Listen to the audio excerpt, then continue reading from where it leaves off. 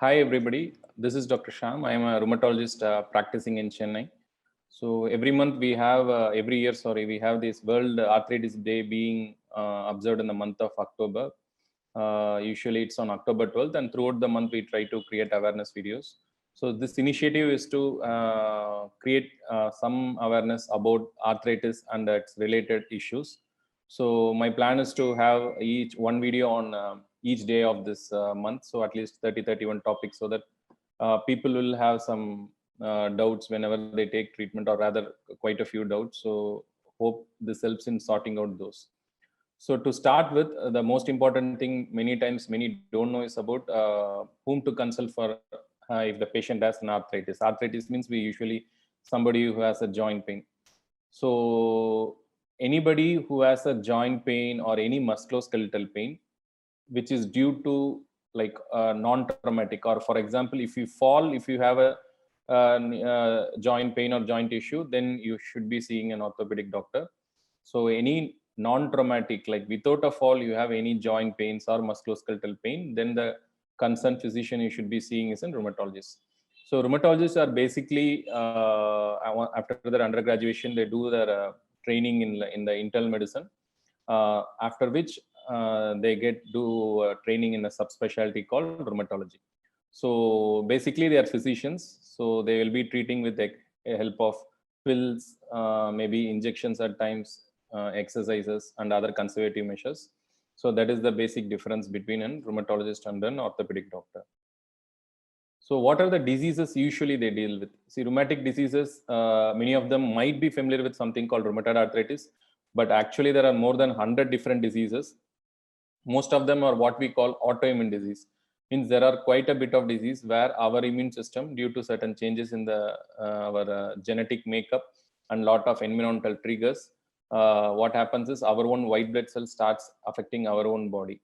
So one such this one will be like, even a thyroid is autoimmune disease, but almost all the rheumatic diseases are going to be autoimmune. So either they can affect the joints and muscles in the form of arthritis, like rheumatoid arthritis, psoriatic arthritis, ankylosing spondylitis. These are some of the disease. Or then there is another group called connective tissue disorders, where it can affect any of the organs. Like it can start right from the skin, eyes, kidney, lungs, nerves. So any of these can be involved. They are called a group of diseases called connective tissue disorders. Some of the common ones in that are SLE, Sjogren syndrome. Maybe later we'll have a separate video on that. Then there is another group called vasculitis. So like this, there are so many diseases. Some of them might be actually little bit rare disease. Definitely the common diseases among the rheumatic is, one is osteoarthritis, where we have a wear and tear, like our with age and other things, due to other factors, it goes in for what we call a degeneration. Or then there is another thing called the inflammatory arthritis, rheumatoid arthritis. So these are the usually the two common arthritis we come across, but actually there are more than 100 different diseases. So these are the diseases which a rheumatologist deals with. So it's basically to do with the bones, joints, connective tissue disorders, muscles. So as I was talking about, so coming to various rheumatic diseases, one is with regards to the bones and joints. These are the common ones which we see regularly in our daily practice. So the most common is, as I told, is about rheumatoid arthritis. Then we have ankylosing spondylitis, psoriatic arthritis, gout, osteoarthritis. I was talking about the degenerative changes. Then there is something called osteoporosis. Here what happens is the bone density comes down. Many times elderly people have a fall and they break a bone. So we do attribute it to age. Actually, it is not actually true. It's due to osteoporosis. So it's a, we usually call it a silent killer because there are no symptoms in it. The first one will be a fracture. Then there is something called fibromyalgia, and there are other chronic pain syndromes. So this is one spectrum of aches and pains. Then these are little bit rare, maybe little bit more serious diseases like SLE, scleroderma, mixed connective tissue disorder, vasculitis, sarcoidosis. I just named a few of them. There are even more some rarer manifestations. So usually rheumatological diseases are thought of, particularly the rare ones, whenever something is not going right. Patient presents with some for example, patient can present with the fever.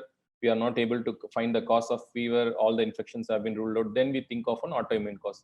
Like that, something is not fitting into the usual scheme of things. Then definitely we have to think of autoimmune. Usually autoimmune disorders, most of them are more common in females due to various reasons. it can be seen in males also. So usually, particularly all these vasculitis, SLE, they are more common in females. Vasculitis, again, depending on the types, it can start right from young age till the elderly group. So these are the various rheumatic diseases. So to sum up, rheumatologist is basically a physician who will be addressing any non-traumatic, like you don't sustain injury but still have a bone or joint pain, or there is a chance you might be dealing with any of these rare diseases. But always the best thing is meet your general physician. They'll be the right person, or your family physician, to guide you whether you have to consult a rheumatologist or not. In case if you get diagnosed with a rheumatic disease, the time is crucial. So usually in rheumatic diseases, that initial 2 to 3 years is very important. So that is the time you should see your rheumatologist, get your disease treated properly. Then you can be under follow-up with your family physician for a routine checkup. So as I told, October 12th will be the World Arthritis Day, observed every year. So let's hope, because any chronic disease without the patient's participation and understanding, it's not possible for us to manage. So let's manage the arthritis together, and hope all patients with arthritis are able to lead a normal life, or at least have a good quality of life. Thank you.